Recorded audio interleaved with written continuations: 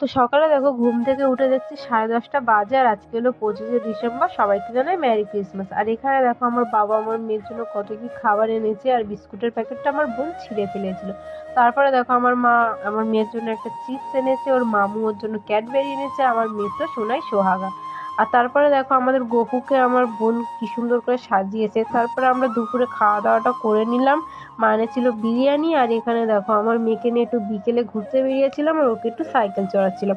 তারপরে আমার বোন একটা ছোট্ট সান্টা ক্লজ আমার মেয়ের গাড়িতে লাগিয়ে দিয়েছে, আর আমি আর আমার কাকার মেয়ে একটু র্যাকেট খেলছিলাম।